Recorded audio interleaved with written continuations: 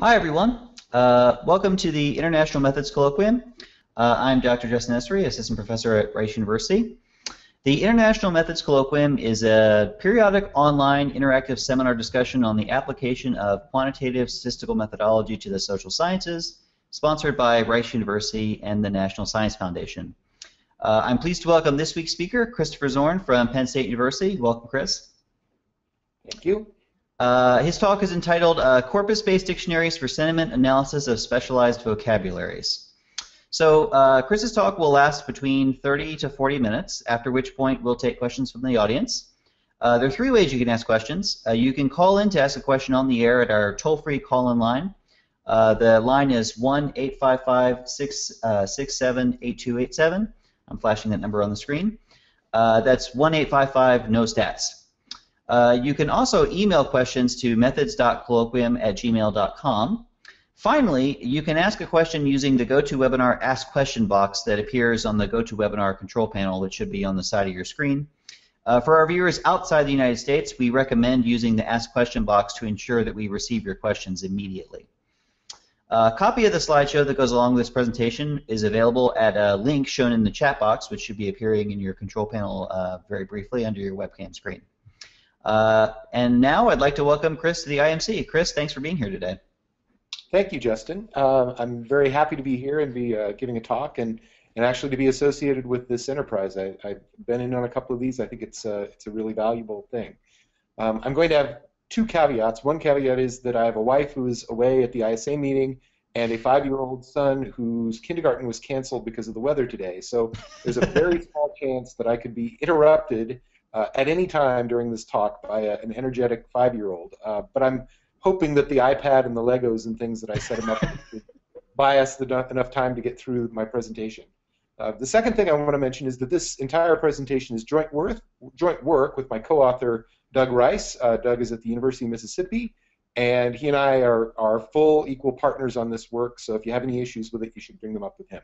We got interested in the topic because he was a student here at Penn State at one point, a graduate student, and he was in a seminar of mine, and we were talking after seminar, as so many good ideas begin, about the way that people go about studying the court. And Doug had gotten interested in some of the work that some of my colleagues had been doing with text analysis and other kinds of machine learning and things of that nature. And that was really where this all got started. And in particular, we were interested in the fact that the stock and trade of what judges do, and frankly what all of the people involved with the legal services industry and jurisprudence and so forth do, is words, is to use words. And we're very, very good at reading and writing and understanding words and on drawing implications and conclusions from those words. This is Justice Breyer, a little snippet from Justice Breyer's dissent in the McCutcheon campaign finance case from a year or two ago. And if you can read this, I won't read it out loud, but it doesn't take too much of a genius to figure out that in this particular dissent, Justice Breyer is not especially happy with what the majority opinion is doing. We could see that by sort of reading the words and understanding it, but you also see just the presence of keywords like wrong, faulty, loophole, eviscerates, grave, right? These are words that are generally signaling that there's something, that the author of those signals that there's something wrong. This decision, by the way, was not, of course, met with the same level of dismay that Justice Breyer put out in his dissent. So, for example, the day that the McCutcheon decision came down, Senate Majority Leader Mitch McConnell issued a press release saying that the Supreme Court has reminded us that Americans have a constitutional First Amendment right to speak and associate with political candidates and parties of their choice. If you remember, McCutcheon was the case that struck down individual limits on campaign contributions, and this was, again, a case a year or two ago. The individuals on the other side of the congressional aisle had some slightly different takes on McCutcheon. Both Senator Pelosi and Senator Menendez saw that thought it was a terrible decision and tweeted out as much from their respective Twitter accounts. All of this, we can think of this, right, sort of what we're doing when we're looking over these tweets or these excerpts from press releases or these excerpts from opinions, is we're able to sort of extract something like an emotional valence out of the text. We can tell, based on the words that the person is writing, sort of what state of mind they're in, whether they're sort of generally positive about something or generally negative or what. Generally speaking, this ability to do this is what's known as sentiment analysis. And if you think of sort of teaching a computer to do what we just were all able to do very naturally as human beings, in machine learning, that's the realm of sentiment analysis. It's how opinions, attitudes, emotions, and perspectives are expressed in language. And this gets used in a lot of different contexts. You can imagine, of course, that there'd be widespread use for this for people in communications who study social media, for people in marketing who are interested in advertising and advertisements. And in the work that we're talking about here, people have used sentiment analysis in addition to studying tweets to look at floor speeches in the US Congress. And the topic, of course, that got us here was our interest in Supreme Court opinions, and in particular, what Supreme Court opinions can reveal about sort of the emotional valences that the authors of those opinions bring to the table. Now, I will say that there's a literature on this. There's sort of an existing literature on studying how positive or negative people are in the courts. There's a whole raft of studies of a more qualitative or historical nature that examine individual justices or maybe individual justices' interactions with other justices and so forth, biographical kinds of studies, case studies of that nature. And a little bit more recently and a little bit more quantitatively, a number of people have done work, including myself, have done some work looking at the occurrence of dissenting and concurring opinions on the Supreme Court and what those can tell us about what's going on in the court. One of the sort of things that Supreme Court watchers and Supreme Court scholars know is that the degree to which there was dissensus on the court, in terms of being expressed through concurring and dissenting opinions, went up very dramatically in the 1940s. It had been relatively low throughout the first 150 or so years of the court, and it rose more or less overnight to almost contemporary levels, which is actually quite high levels of concurring and dissenting opinions. And there's been a fair bit of work done on sort of exactly what was driving that difference. It was those kinds of questions that got us interested in this at the outset.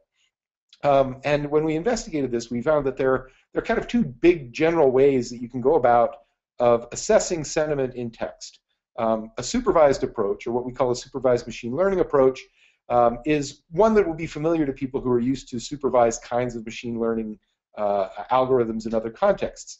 You would take a set of documents, whether they were Supreme Court opinions or tweets or press releases or whatever, and you would classify them on the basis of whatever classification you wanted to, whether they would say positive or negative, whether they expressed a particular emotion or not, and then you use those documents, the classifications, to train a classifier. And typically a classifier would be nothing more than using the words in those documents as features, think independent variables, to predict whether or not that document was in the class that you were sort of interested in, whether it was positive or negative or neutral or something like that. And that classifier is trained on a subset of those documents, and then you can use the classifier, and the classifiers can be anything from something as simple as a regression or a logit model up to ensembles of relatively complicated methods. You then use that classifier to score the remaining texts and to classify them based on the sort of their scores on the coming out of the classifier. This, as we'll see in a little bit, is a reasonable approach to going about sentiment analysis. The big problem with it, or at least probably the signature problem with it, is that it relies, or there's the necessity of having these training data. That is, someone has to sit down and read the documents and code them and classify them. That can either be very difficult to do, it can be very expensive to do, it can be very time-consuming. And particularly for problems where you have large numbers of documents, you need to train the classifier on a sufficiently large and sufficiently diverse range of those documents that it can be an expensive enterprise. So in a nutshell, we were trying to do something that we could do relatively quickly and relatively cheaply, and so we turned to what are called dictionary-based classifiers. This reflects something that a dictionary-based classifier reflects something that I talked about a minute ago, which is that in that initial sort of segment, or that initial piece that we pulled out of Justice Breyer's dissent in the McCutcheon case, we could see that there were particular words in there that we would associate with having kind of a negative sentiment, right? Wrong and eviscerates and things of that nature. A dictionary-based approach essentially systematizes that intuition. So instead of trying to train a classifier in documents themselves, you begin with the words that are in those documents, and you identify a set, or what we call a dictionary, of, say, positive or negative words before the fact. And you would say words like, I don't know, delightful and lovely and things of that nature are positive words, and we would have a similar large set of negative words.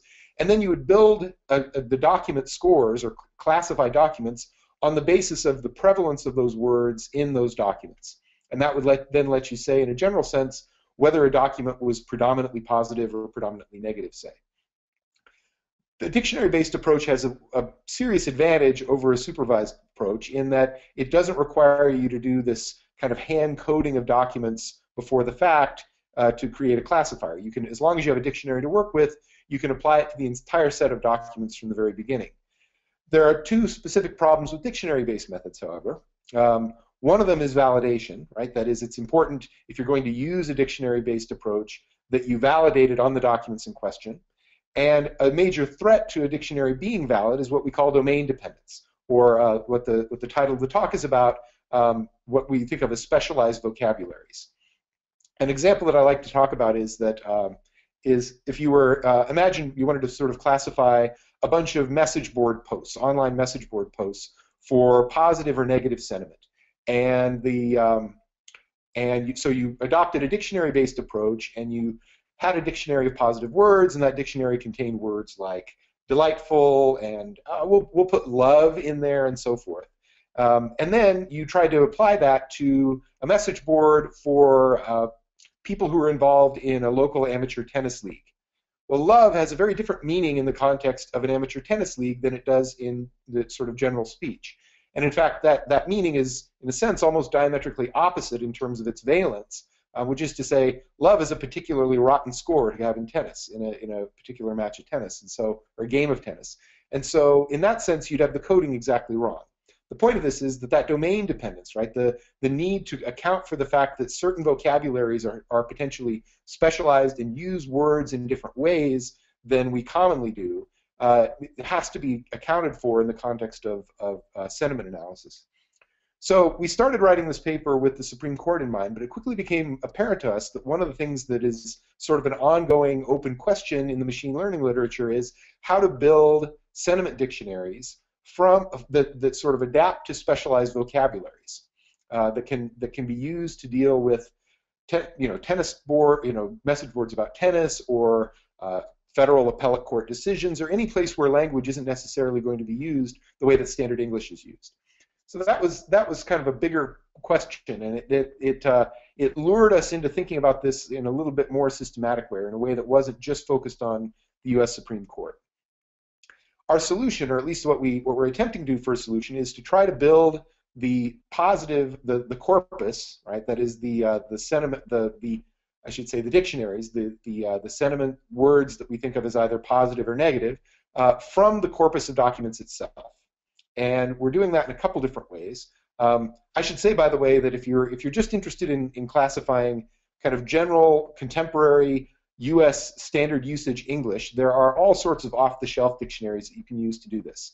There's the one that we use in here is called the Linguistic Inquiry and Word Count Dictionary, which is a general sentiment dictionary that has positive and negative valued words that you can then use to classify things that would be, things like television advertisements or tweets or Facebook posts or something like that, where standard English usage was the most predominant usage. One of the things that we're going to show in the course of this paper is that those standard dictionaries, when applied to specialized vocabularies, tend not to work very well. And that's sort of more the reason that we need to think about building a dictionary that's sort of our own. So the way to go about this, we think, is to approach it from the basis of the corpus itself. That is, start with the words themselves that the specialized vocabulary users are using and the ways in which they are using them. And so we build a dictionary based on two kind of heuristic approaches to doing this, and both of them start with what you can think of as a set of seed words.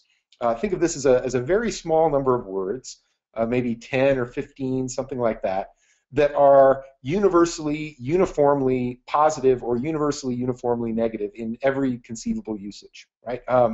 And bear in mind, when we're doing this, I can talk about some of the details, but we account for things like negations, right? So you have to tokenize negations. If you want to say, if you think lovely is a positive word, then not lovely has to be tokenized so that it doesn't sort of reflect the opposite of what it's supposed to reflect.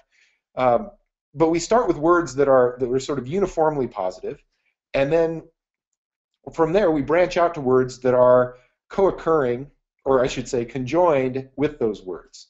So if I said, for example, that if I believe that delightful, or the stem word delight, is a positively valenced word in any context, and then I were to say in a speech that I was delighted and honored to be giving a talk for the International Methods Colloquium, then honored would now be a word that in that particular speech or in that particular sentence was conjoined with one of our positive words, delighted. And that we would then assign that a positive valence as well. So words that are conjoined with, right, that is tied with a conjunction, typically and not but typically we use and, to words that we are defining as positive, become the words that then become our dictionary. Now, of course, there are a lot of other words that aren't conjoined, and we're not in most cases we would say that this is a dictionary that would be kind of under-inclusive in the sense that there may be words that aren't conjoined with positive words, but that still might have a positive valence. But that's okay. Some of those other words will have a positive valence, some of them won't. We're doing the same thing with this initial set of negative words, and picking out those words that are conjoined with the positive ones creates our first dictionary, what we call a conjoint dictionary. The second approach starts with all of the words in the data set, and it sees how often each of those words co-occurs with one of the core positive words, right? One of those initial set of seed words. And by co-occur, we mean that it appears anywhere in the document with that core word. What we're looking for there is this idea that, generally speaking, documents will tend to have a tone that is either relatively consistently positive or relatively consistently negative, and we can use that fact to figure out what words outside of our initial set of seed words have a more positive or negative valence. And so there the idea is that we would sort of take all of the words that co-occur with our seed words, and we would see how often they co-occur with those seed words. There would be some that wouldn't co-occur with our seed words, but those would count as neither positive or negative. They're neutral. And then we would, on the basis of that, we might trim back a few of them, right? If they only co-occurred once or twice, we would take sort of the top N words that were co-occurring with our seed words, and we would use those to create what we call a co-occurrence dictionary. Now, the downside to a co-occurrence dictionary is that you will have words that will co-occur with seed words very frequently, but that might not have the positive or negative valence that you would hope that they would. And so, if anything, a co-occurrence dictionary tends to be over-inclusive of words rather than under-inclusive. At the end of the day, what we then do to build our sentiment dictionaries is to combine the different approaches and to sort of build dictionaries out of all three of these, or alternatively, to use the dictionaries separately and then combine the results in an ensemble kind of approach. So we wanted to validate this. We wanted to see if this sort of approach could be used in a general sense. And so we relied on a data set that's it's a little bit like the Framingham-Hart data version for a version of the Framingham-Hart data for the machine learning community and the sentiment analysis community. It's some data that were pulled from the Internet Movie Database by Pang and Lee for an article they wrote a little over 10 years ago. And it's 1,000 positive reviews and 1,000 negative reviews of films. Note a few things about this, right? There are a couple reasons that this is a useful database. Number one is it is a database that uses a general vocabulary. So the kinds of words that people use when they write reviews on IMDb are not particularly specialized, right? They're really focused primarily, because it's for a general audience, on what people thought of the movie. They don't go into a lot of technical detail about the filmmaking process or anything like that. And so it's a good place to sort of test drive something and see if it works for a general, kind of standard, American English vocabulary. It's also useful because there are a set of benchmarks. That is, in addition to writing a positive or negative review, each of these reviewers also gave a grade to the film. Right? And so you had some films like The Usual Suspects that get very high grades, and some like Freddy Got Fingered that got relatively low scores. And you can use that to sort of benchmark any results you get from building words out of the vocabularies of these movie reviews. Bearing in mind, we took this approach primarily because we're interested in seeing how this would work with a general vocabulary. We really think it's going to come onto its own much better when we use it in a specialized vocabulary setting. but we thought we'd try it out with the general vocabulary as well. When we do that, so we built our dictionary, and in this case you can think of it as a polarity measure that's built from multiple dictionaries, from the general dictionary, the Lewick dictionary, plus our co-occurrence dictionary, plus our conjoint dictionary. And then we use that to score, essentially, each of the movies, each of the 2,000 movies. And then we saw how well that score, which is based entirely on the text, predicted whether the movie was seen as sort of a positive or a negative, right? That is the actual review. Using only the general sentiment dictionary, the Lewick dictionary, the prediction is okay, but not great. If you look at the plot on the left, one of the things that you note is that sort of relatively low levels of this polarity, of this kind of this positivity measure based on the Lewick dictionary, doesn't do a very good job of distinguishing the different movie classifications. By combining that with the specialized dictionary, we see a much stronger sort of association between the two. And in fact, one of the things that we were quite happy about is Pang et al. In 2002, when they first put this data set out there, we're using it to sort of validate a machine learning kind of approach, right? That is, they took a subset of these data and they built a classifier on the outcomes, which from the words of the reviews, and then they used it to sort of predict the others. And they had some different classifiers that they used, some machine learning classifiers that they used, including naive Bayes, maximum entropy, and support vector machines, to see how well the classifiers worked. Their accuracy rates were around 79 or 80%, sort of hovering in the mid to high 70s most of the time. We don't do any actual classification on the outcomes, right? So we're simply grading the sentiment of the movies based on these dictionaries. When we use the Lewick dictionary, our predictive validity is only about 58%, but our combined measure starts to get into the same realm as the machine learning classifiers do. And so even for a situation where you would expect the Lewick dictionary to do well, our classifiers or our dictionaries improve significantly on that. That is, even in a setting where the vocabulary ought to be one that Lewick should be able to do relatively well in predicting the positive or negative scores of the movies on. So this was heartening to us. We felt like this was a sort of a validation of the approach that we were using. And so we wanted to get back to our real application, the thing that got us interested in this in the first place.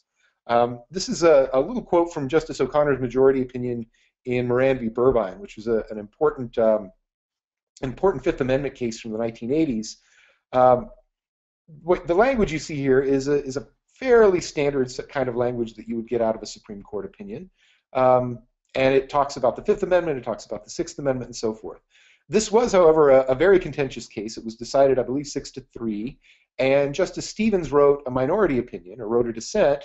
I believe it was joined by Justices Marshall and Brennan, where he really goes after the majority opinion, and Justice O'Connor in particular, about the nature of the decision, calling it disturbing. The analysis was truncated and untenable. The approach is profoundly misguided, and it has some very clear negative language in it. For her part, Justice O'Connor came right back at Stevens, calling him apocalyptic, referring to his opinion as having notable, a number of failings, and that features an entirely undefended suggestion that incorrectly reads their analysis, and so forth. So they were really kind of going at it hammer and tong in this back and forth between the dissenting opinion and the majority opinion here.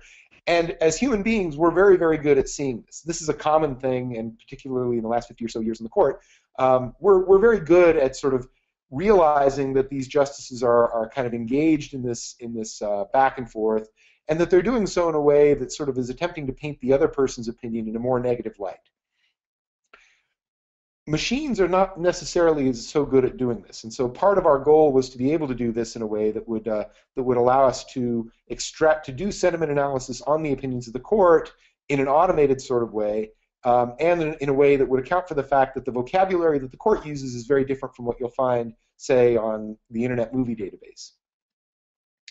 So to do this, we sort of took two broad approaches to this. The first is we recognized that to date, most of the work that had looked at splits on the court, divisions on the court, or whether there was dissensus or not, tended to look at things like vote splits or the presence of dissenting opinions or concurring opinions. And so we take the dissenting opinions, the work on dissenting opinions in the past, the aggregate work, and we sort of use that as sort of our starting point. That is, we could say, well, maybe we could treat an opinion that has a dissenting or a case that has a dissenting opinion as a case where there is a sort of a negative valence to that, right? People tend to think of that as indicating dissensus on the court. And conversely, an opinion that has a unanimous majority, right, that is a 9-0 decision, we could see as being a consensual opinion or a consensual case, and that's a positive thing. And so we treat those different classes as kind of different outcomes, right? That is, we sort of pulled cases from the Supreme Court database where there were dissenting opinions or unanimous majorities, and then we built a classifier on the language of the opinion with those as the outcomes. So this is a machine learning kind of classifier. We used a random forest classifier, and we trained that on the Supreme Court database data to sort of be able to classify opinions as either sort of consensual, or on the other hand, if they had a dissenting opinion, they were negative. And then if they were sort of in between, if they were 7-2 but without a dissenting opinion, they'd be sort of neutral or something like that. So that was a supervised learning approach. And again, it's one that we wanted to use as kind of a benchmark, both because people have used supervised approaches as benchmarks in the past, but also because it reflects the way that the literature has sort of approached this to date. Our approach then is to essentially use this our approach to building a sentiment dictionary to classify all Supreme Court opinions over the entire history of the court. And to do this, we can build dictionaries out of the opinions themselves in the way that we described earlier. And then based on that, we can essentially use counts of positive and negative words and ratios of counts of positive and negative words to estimate the polarity of each of those opinions, right? Whether they were positive opinions or negative opinions or what. So there were about 34,000 opinions during the period covered by the Supreme Court database. And so we can estimate the polarity for all of those, and then we can compare those to what we find with the supervised learning setup. So with the supervised learning setup, we had to focus on something. We had to have an outcome that we were trying to predict, and so we predicted the number of votes in the majority. Now, bear in mind, this is in a way putting our thumb on the scale of the supervised for the supervised learning approach, right? Because we know that if it's a 9-0 or a unanimous decision, then the number of votes is going to be very high. Typically 9, but if not 9, then almost certainly 8 if there's a recusal. And so we're already kind of tilting the scale in the direction of the supervised learning approach. And sure enough, if we use the supervised learning approach and we create these opinions, or we sort of scale each of the opinions based on the sort of whether the classifier treats them as unanimous or not, and then we look at what the polarity of each of those is, and we break that polarity down by the number of votes in the majority, we quickly discover that, boy, it does a pretty good job of predicting that, right? That is, the ones with the lowest polarity are the ones that are 5-vote majorities, and with the highest polarity, or the most positive, are the ones with 9-vote majorities. Now, again, this shouldn't be too terribly surprising, because classifiers are good at classifying the things that they were built on to classify, and that's essentially what we've created here. Where this begins to break down a little bit is where we feel like the fact that the opinions, if you will, or the presence of a dissenting opinion or the presence of a 9-0 coalition or something like that doesn't necessarily reflect what we're really trying to get after, which is the kind of the sentiment of the opinions themselves and how the justices feel about the case itself necessarily. And one of the ways that this shows up is when you actually, it's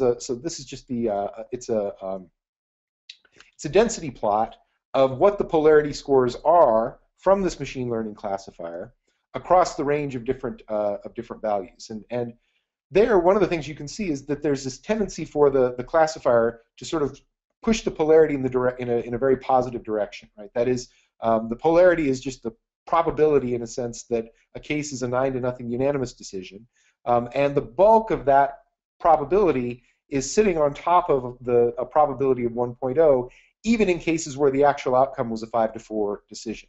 Right? So while it's doing a good job of classifying, or at least it seems to be doing a good job of classifying, it's not really reflecting this underlying variation in the cases, at least not in terms of the number of votes in the majority versus in the minority. The other thing that we discovered after we fit the random forest classifier is we looked at the variable importance scores for the different features, the different words in a sense, or word stems. And one of the things that we found there is that this classifier does a very good job of classifying unanimous decisions, but the words that are important for doing so are more so words that are associated with unanimous decisions, as opposed to being words that have any sort of emotional or other kinds of sentiment valence to them. So the far and away the most important word in terms of sort of predicting a 9-0 decision is deport, or something to do with deportation, or something like that. A lot of those are asylum cases that are very easy cases. They're 9-0, and so forth. But another word that shows up as a very important word is improvidently.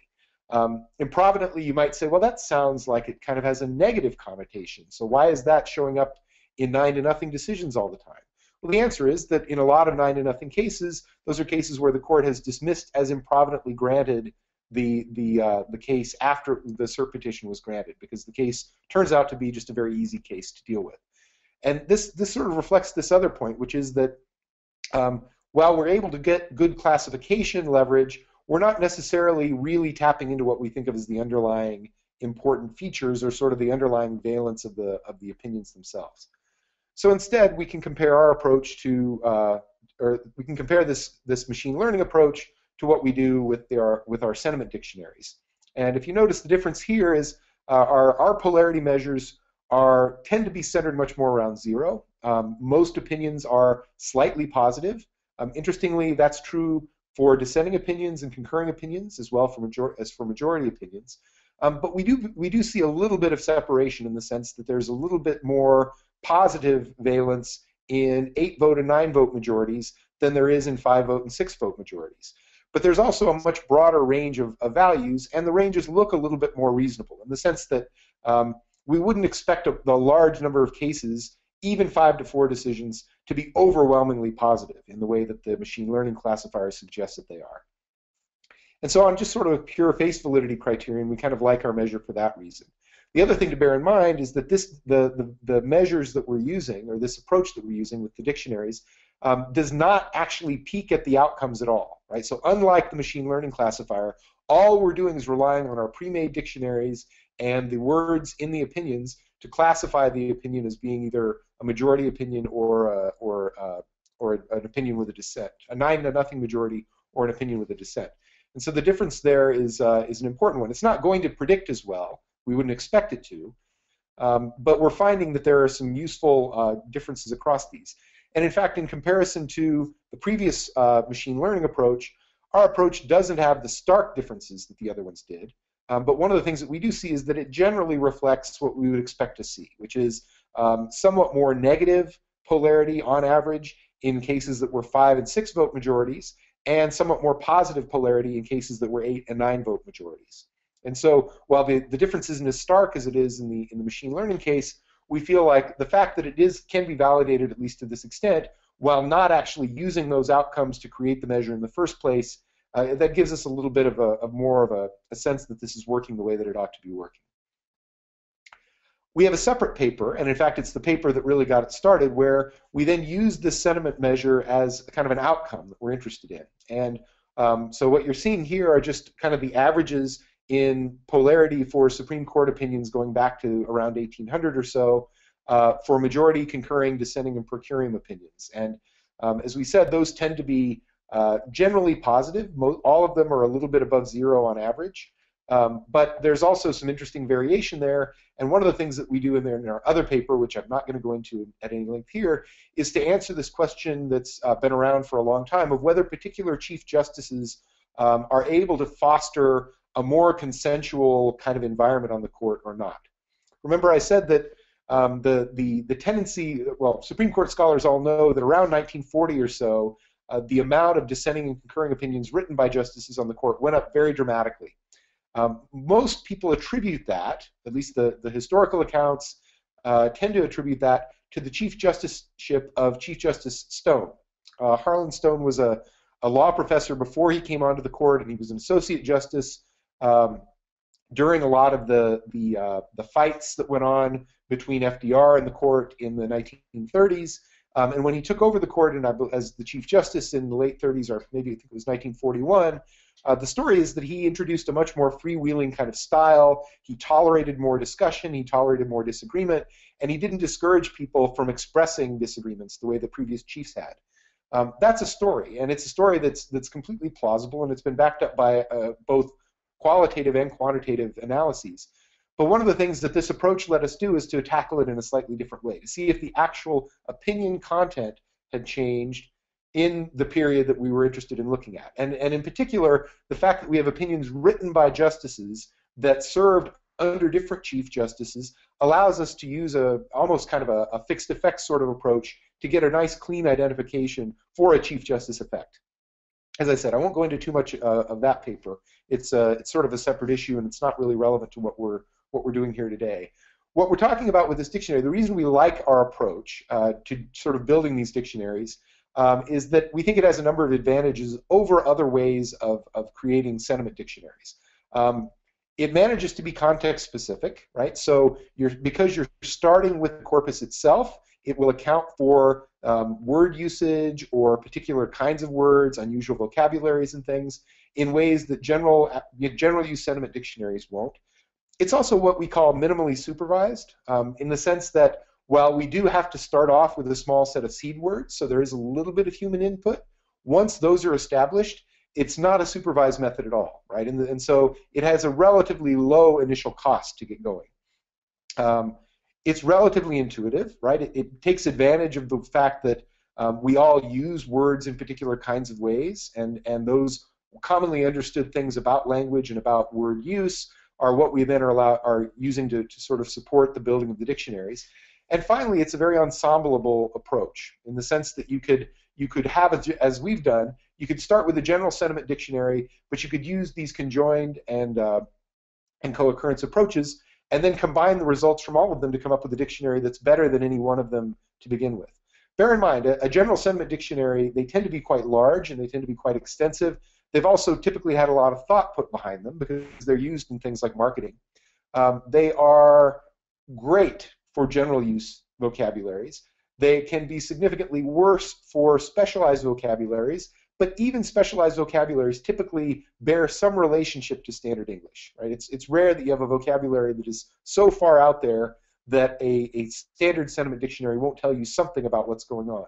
And so we think that a combination of something that builds on a corpus-based dictionary that's specialized, but that also incorporates insights from a general dictionary is sort of a very good way of dealing with these kinds of specialized vocabularies that, frankly, we encounter in a lot of different contexts in political science.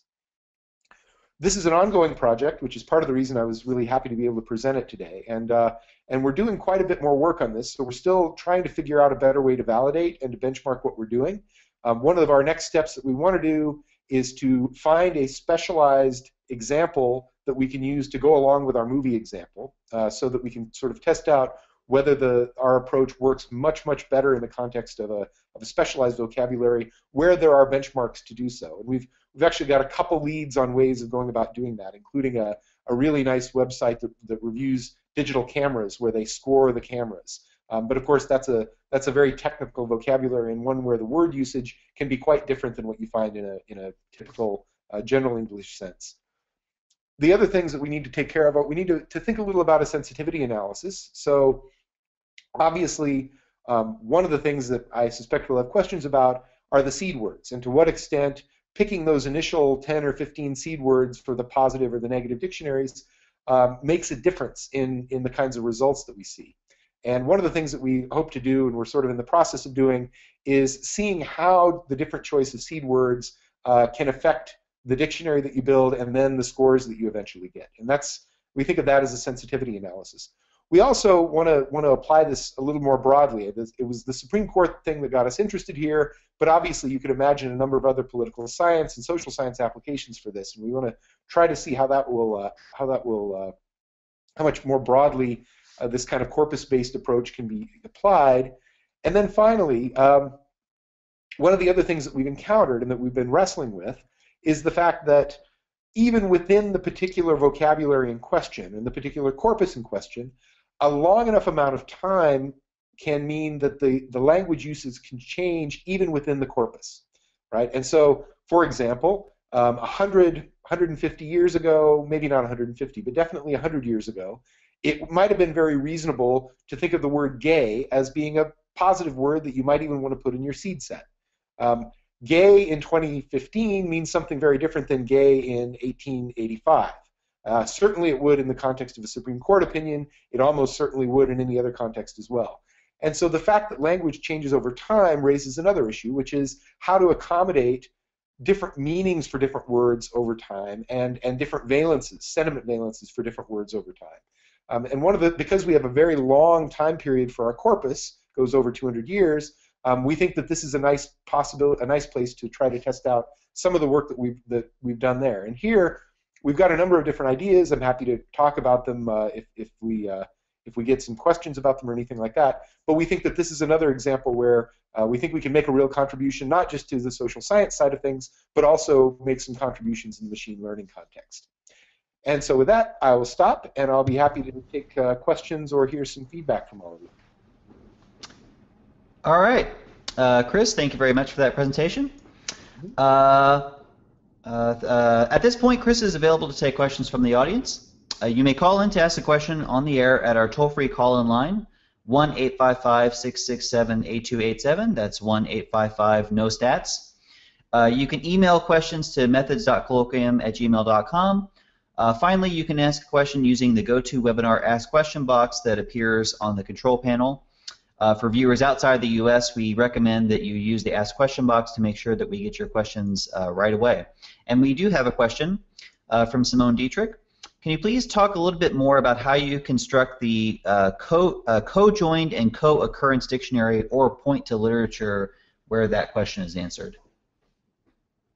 Definitely. Thanks, Simone. Hi, Simone.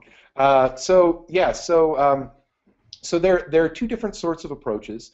As I sort of said earlier, but I guess maybe I didn't go into a lot of detail. The conjoined dictionary is specifically, we focus primarily on the word and. So when you find a seed word conjoined by with the word and to another word, then that word gets into is sort of treated as being positive or negative, respectively, and it sort of goes into the dictionary. I'll give you an example. With the Supreme Court example, I believe we started with about 15 seed words that were positive and 15 that were negative.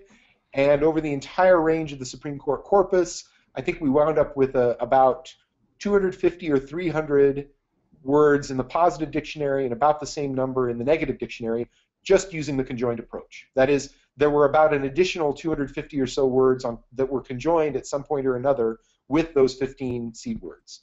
And so we get a dictionary that's about 300 positive words and about 300 negative words. The co-occurrence approach, we have to be a little bit more hands-on, I guess is the way to put it, because obviously lots and lots of words co-occur with words that are positive words, right? So in fact, a positive word appearing in any opinion means that all of the words in that opinion co-occur at least once with that seed word. And so there, what we do is we sort of count up all of the instances where a particular word co-occurred with a seed word, and we sort of rank order them, right? And at the top of the list, what you find are words that appear a lot. We normalize by sort of how frequently the word appeared in general, right? So common words get discounted a little relative to words that are less frequent. And then we have to sort of draw a line somewhere. So we start with the words that co-occur with our seed words the most. And we go down, down, down, and at some point we have to say, okay, that's our dictionary. We have to stop somewhere.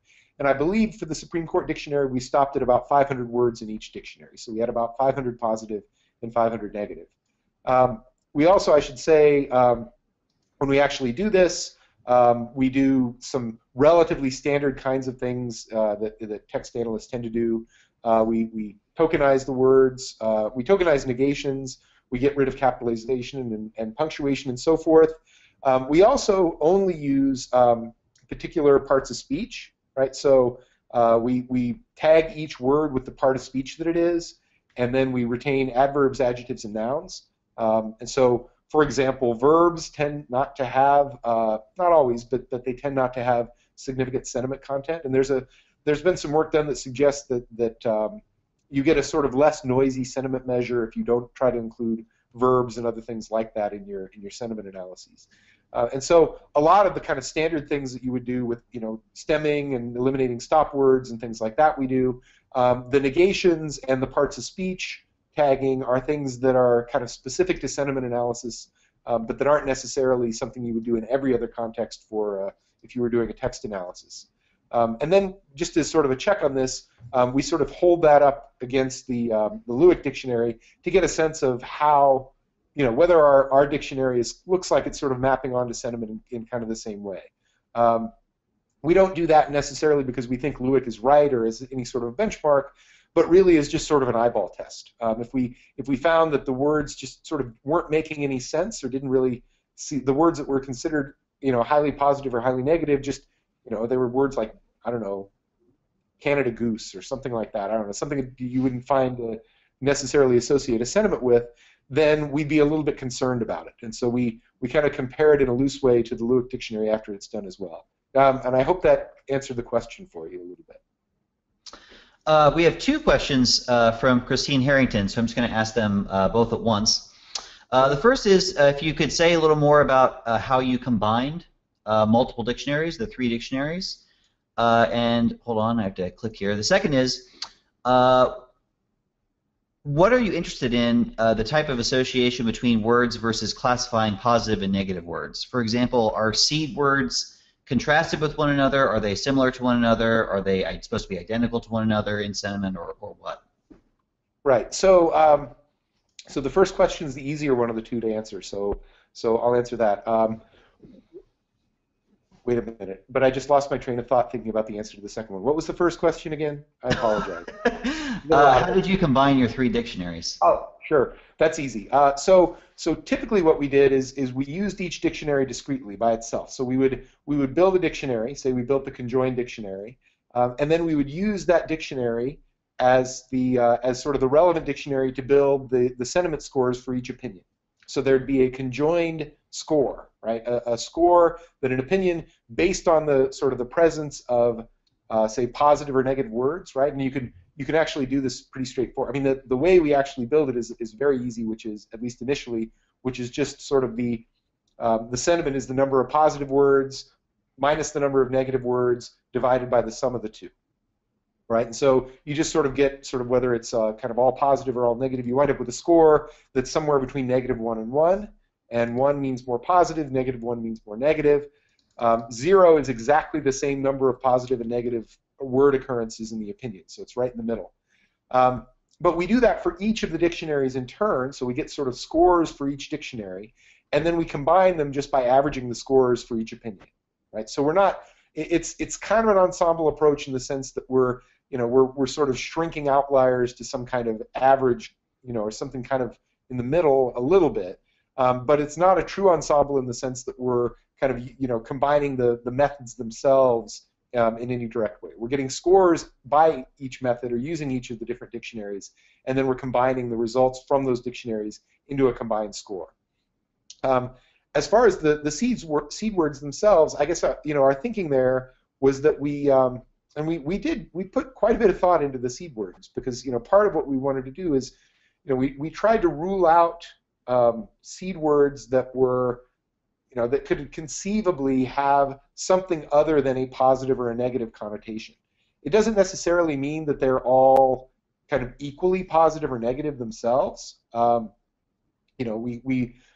very good, for example, I think was one of our positive seed words, and that's a word that is it's hard to think of an application where that sort of denotes bad, and so we thought that was a reasonable seed word, but outstanding might also be a very good, might also be a positive seed word, and outstanding is not necessarily the same thing as good, right? It's sort of more so. So I think that the bigger idea was that the seed words were really just designed to be the start. We had to start from something that we could sort of say without question was either positive or negative, and then build out from there based on what was in the corpus. And I don't know if that answered the question very directly or not. I might not be understanding the question fully. We've got a couple more questions here. Question from Brian Jansen. What are your thoughts on the validity of this dictionary method being applied to very legalistic texts like congressional bills? For example, a researcher might want to measure how much discretion a legislature grants to your bureaucracy through legislation. but these texts would generally have less emotionally driven language than movie reviews or court opinions. Yeah, well, it's a good point, and you know, one of the nice things about these approaches is sentiment analysis in general moved past, at least the people who are very active in researching, have kind of moved past just simple positive-negative dichotomies quite a while ago. So the cutting edge in sentiment analysis right now is to be able to get at things that are more, in a sense, emotionally complex, or more kind of the sense of get inside the head of the person that was doing the writing or the speaking. So they're interested, for example, in can you extract jealousy from text? Can you extract irony from text? Can you extract sarcasm? Sarcasm is a big one. Sarcasm is very, very hard to sort of, for a machine to learn sarcasm is a hard thing.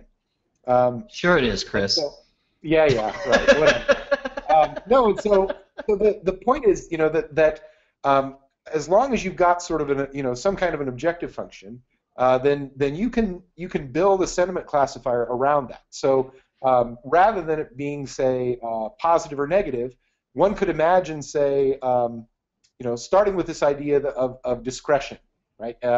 That language might be sort of very specific and binding, or language might be very general and kind of empowering, right? Language might bestow discretion, or it might limit discretion on the part of some other actor. And you know, if you could come up with, again, kind of a set of seed words that you could reasonably be sure were kind of capturing the poles of a concept like that, then you could use this same general kind of approach to do text analysis of something that really wasn't sentiment in any direct sense at all. But it was something that is an important aspect of the text that you're trying to get at. And we've actually played around a little bit with some of the things that come out of the notice and comment process in this regard, because a lot of what, you know, the stuff that goes on with federal regulations and notice and comment are individuals or other entities who are you know, they're taking part in the notice and comment because they want to sort of convey what it is that they think this particular regulation is going to do to them or their industry or their group or whatever. And a lot of that has to do with sort of how the thing's going to be operationalized and how it's going to be implemented. And so that is more of a kind of a procedural class of language or corpus of language. And we're very interested in trying to get at that as well. I think, in other words, the short answer is yes, I think you could do it, but I think you'd have to do it in a much more careful way than what we're able to do with Supreme Court opinions or something like that. You'd want to think, there's something intrinsically interesting about whether the 9 justices on the court just sort of get along or not, right? We're a little bit like Kremlinologists, we who study the Supreme Court, right? We care a lot if Ginsburg and Scalia are seen at the opera together or not. And so for us, this is an intrinsically interesting thing, whether there's sort of a comedy on the court or not. But in other contexts, you could use the same kind of approach to get at something that wasn't necessarily just positivity or positive sentiment, but that would use the same kinds of tools to do so. A question from Daniel Lempert. How much improvement in classification do you get from using in the dictionary conjoined words relative to co-occurring words? Have you looked at something like co-occurrence in a smaller area around the word, for example, within the paragraph as opposed to within the whole text? And what's the sort of degree of improvement you get from that approach, if you have? Yeah, we haven't done. I don't know. I don't think we've done. I don't think we've done anything like, you know, sort of within paragraphs or anything like that.